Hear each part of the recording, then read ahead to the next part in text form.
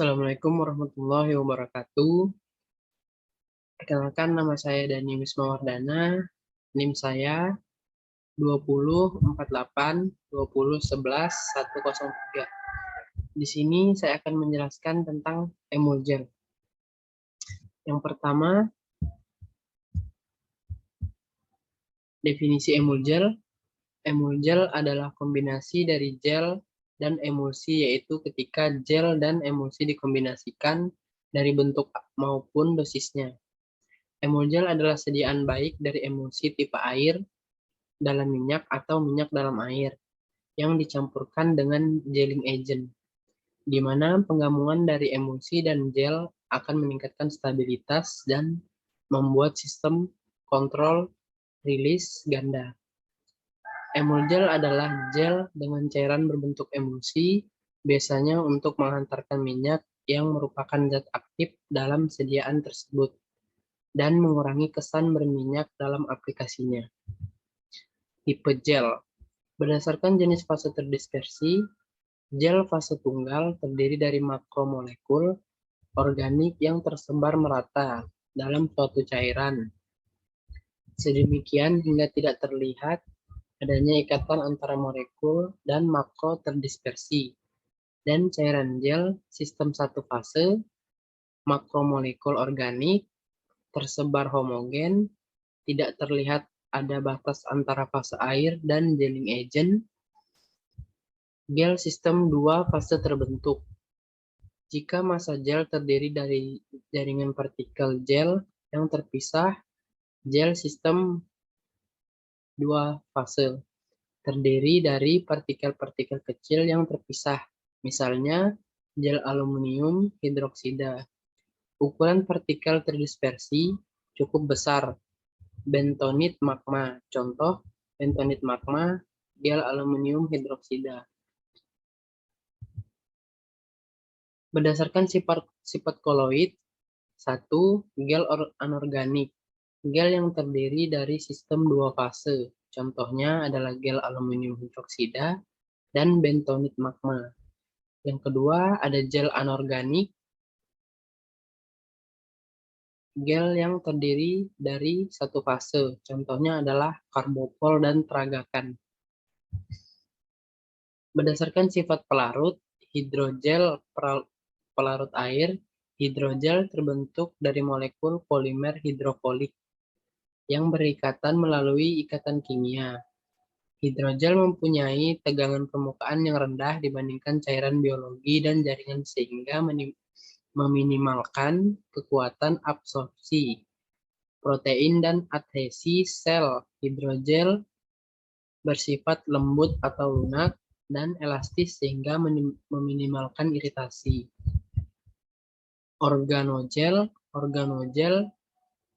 itu pelarut bukan air atau pelarut organik. Contohnya plastibase, suatu polietilen dengan BM rendah yang terlarut dalam minyak mineral dan diinginkan secara shock cooled, dan terdispersi logam stearat dalam minyak.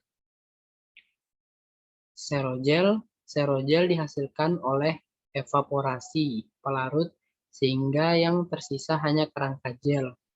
Kondisi ini dapat dikembalikan pada keadaan semula dengan penambahan agen yang mengembangkan matriks gel, contoh gelatin kering, peragakan ribbons, dan associators, dan selulosa dan polistiren. Komposisi formula baku. Komposisinya, preparasi emulsi sebagai pembawa, zat aktif, fase air, fase minyak. Agen emulsi, agen pengemulsinya, gelling agent, preparasi gel berbasis gel, sebagai peningkatan konsistensi dan dapat juga digunakan sebagai thickening agent, peningkatan penetrasi, meningkatkan permeabilitas kulit. Dengan eksipien lain misalnya pengawet, humektan atau pembasah, antioksidan, lapar, dan pengompleks.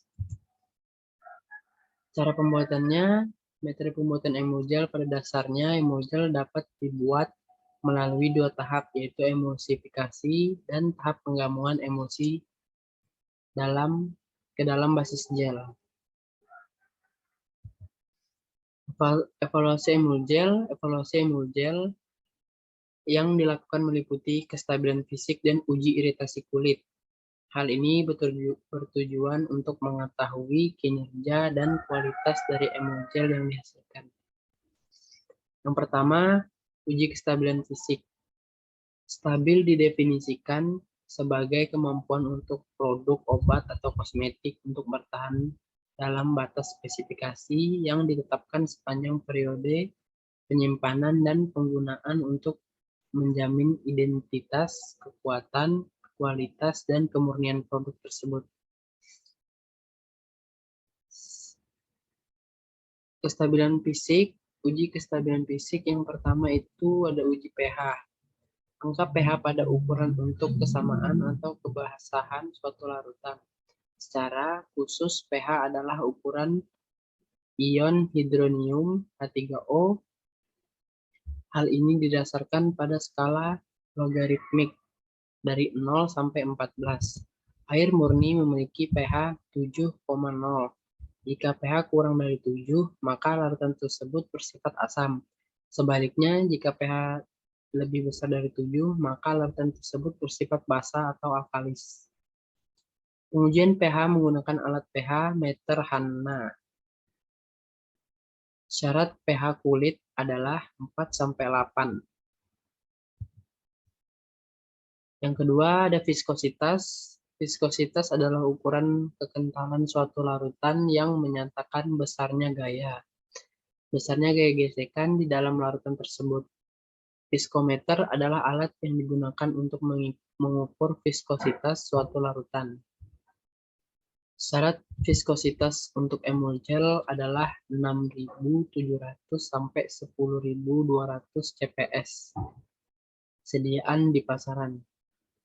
Yang ketiga, homogenitas. Tingkat homogenitas sediaan juga harus diamati dengan tujuan untuk mengetahui apakah semua partikel yang terdapat di dalam sediaan telah terdistribusi secara merata, semua lapisan atas, tengah, dan bawah.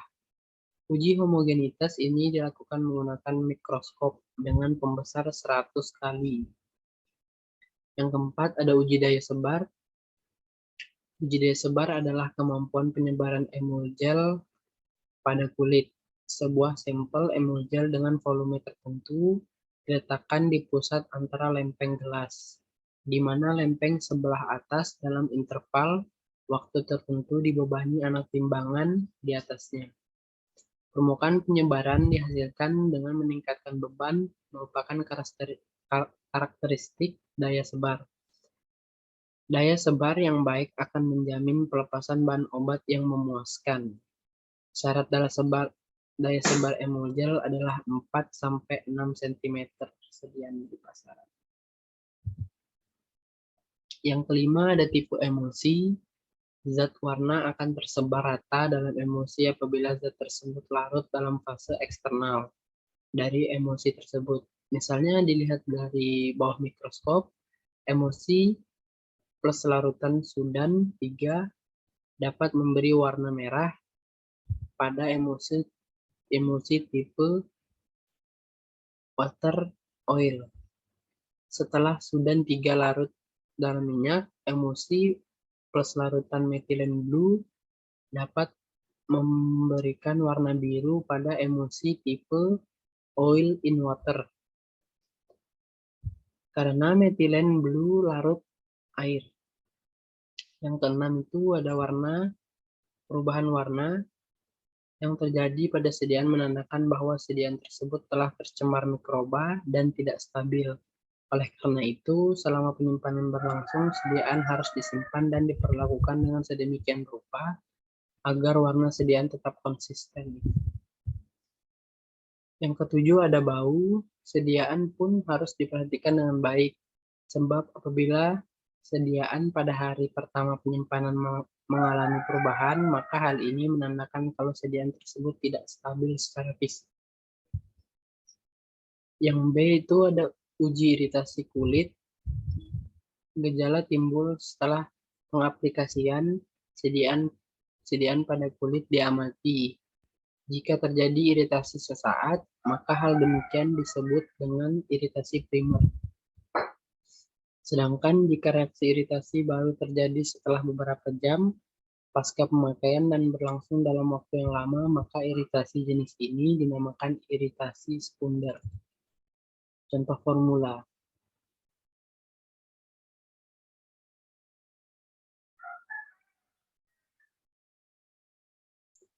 Nama bahannya yang pertama itu ketoprofen, pembandingan 1, F1-nya 1, F2-nya 1, F3-nya 1. Sebagai zat aktif, karbopol 940, pembandingannya 0,7 sebagai jamming agent, kitosan, F1-nya 2,5, F2-nya 3, F3-nya 3,5 sebagai jamming agent, parafin liquid, pembandingannya 7,5, F1-nya 7,5, F2-nya 7,5, F3-nya 7,5 juga sebagai pengemulsi, dan seterusnya. Cara pembuatan formulanya, timbang bahan-bahan yang dibutuhkan. Yang pertama, yang A, timbang bahan-bahan yang dibutuhkan. Yang B, pembuatan basis gel. Pembuatan basis gel yang pertama itu basis gel formula. Pembanding dibuat dengan mengembangkan karbopol dalam air 20 kalinya pada suhu 700 Celcius selama 20 menit. Kemudian digerus dan ditambahkan TA sampai pH 6 hingga membentuk massa gel yang transparan. Yang kedua, basis gel dibuat dengan melarutkan kitosan ke dalam asam asetat 2%, diaduk perlahan selama 20 menit, kemudian didiamkan selama 1 jam. Biarkan mengembang.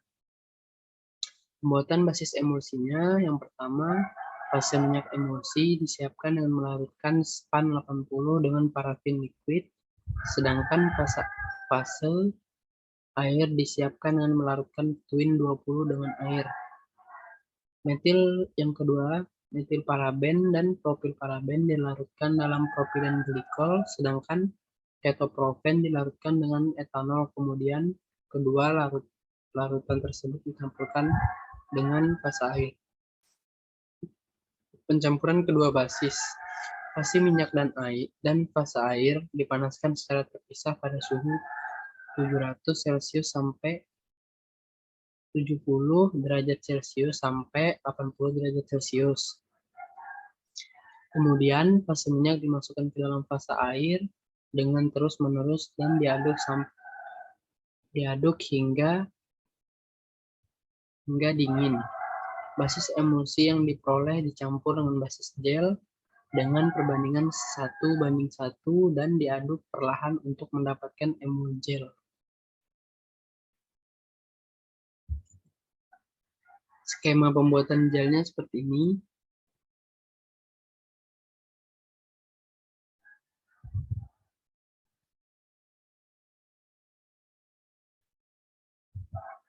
Evaluasi fisik. Dilakukan uji kestabilan fisik setiap minggunya selama penyimpanan 28 hari meliputi pH, viskositas, daya sebar, tipe emulsi, homogenitas, warna, bau, dan iritasi kulit. Hasil pengamatan uji kestabilan fisik emulgel ketoprofen yang menggunakan kitosan sebagai gelling agent dapat dilihat dalam tabel-tabel dan gambar berikut. Ini tabel untuk uji pH.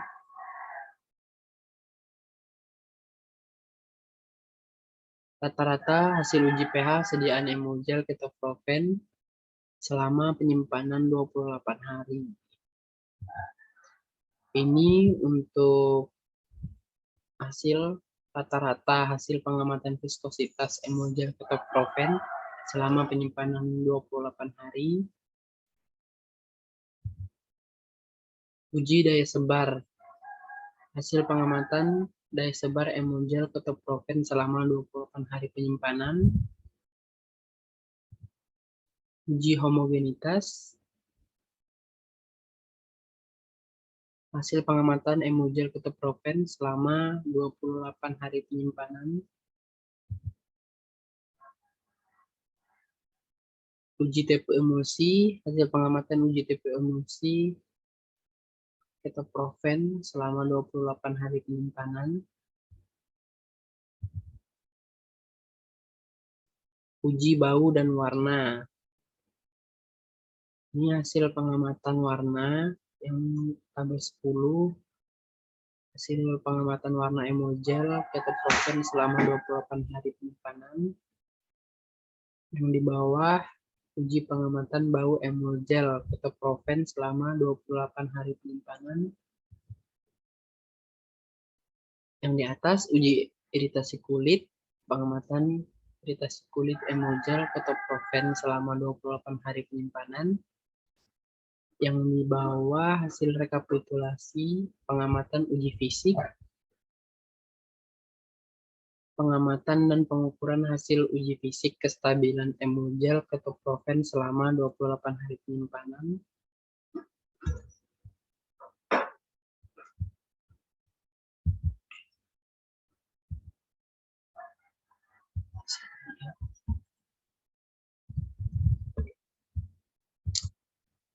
Sekian dari presentasi saya, kurang lebihnya mohon maaf. Wassalamualaikum warahmatullahi wabarakatuh.